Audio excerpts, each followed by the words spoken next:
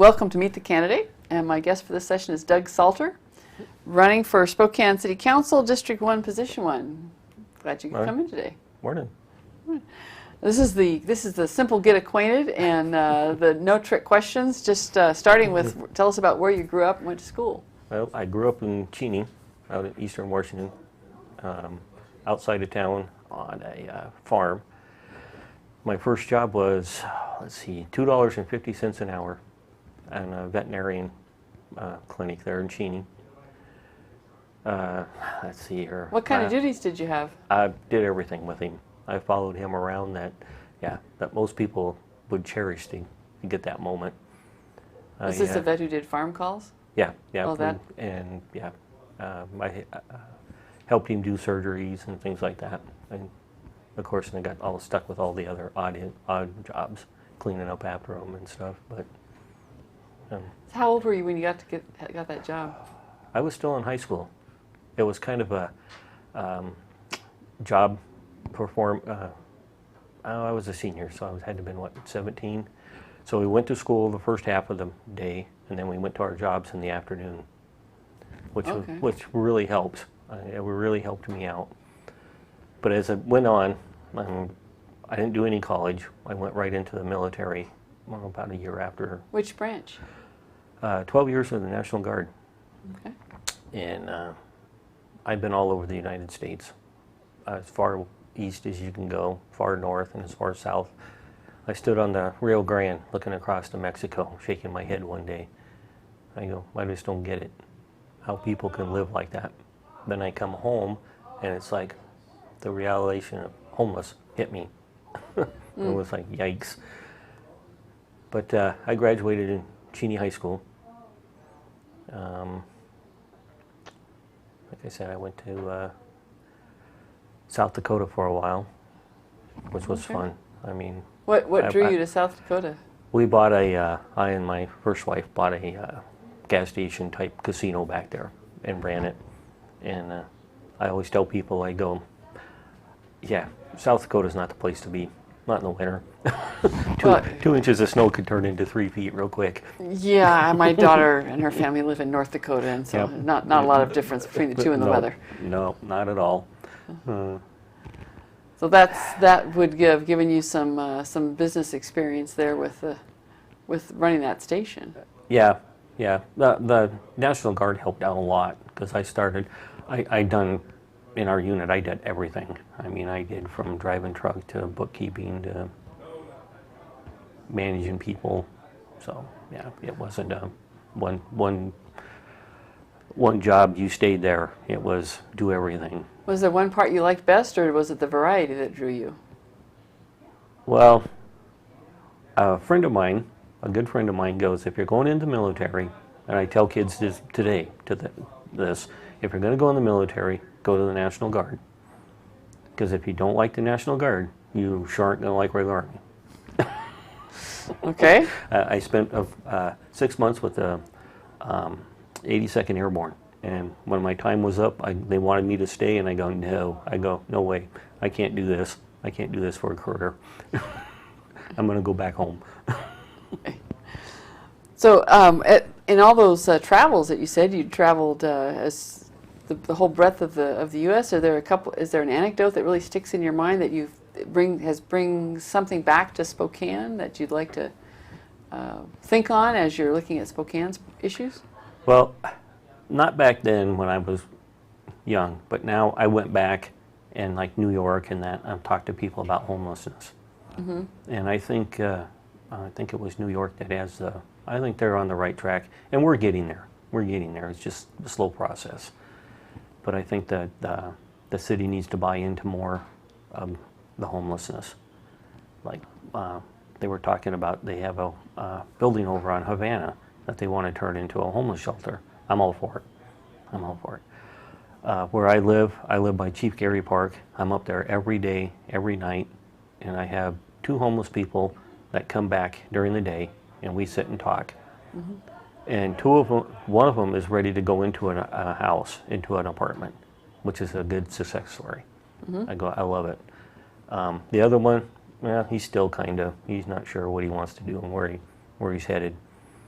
But I always tell them, I go, just keep in mind, there's always people out there that want to help. Don't turn anybody away. And we do the same thing in the park. We don't turn anybody away. Mm-hmm. The only thing we ask of them is don't be in the park at night, because it's not the best place. Yeah.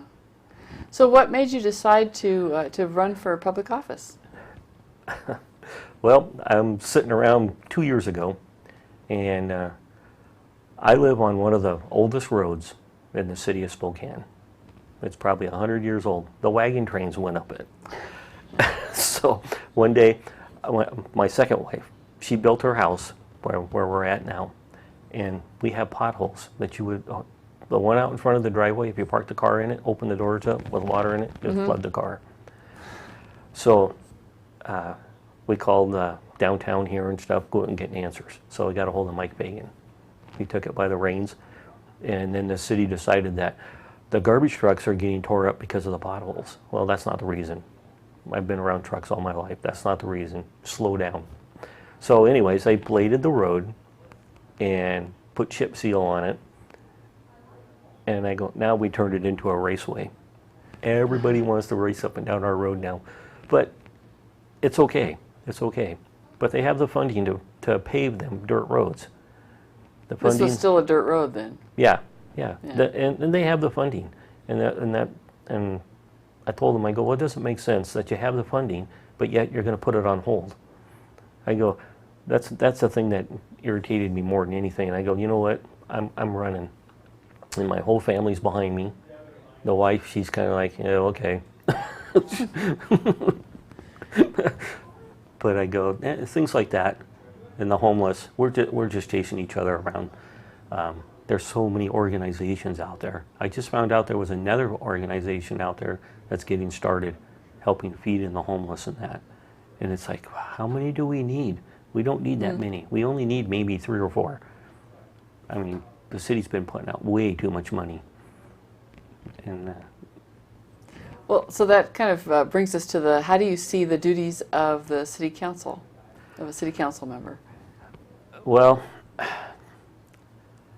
what I've been watching and what I've been listening to, even on the streets, that the city council people, they need to get more involved with their areas, their districts.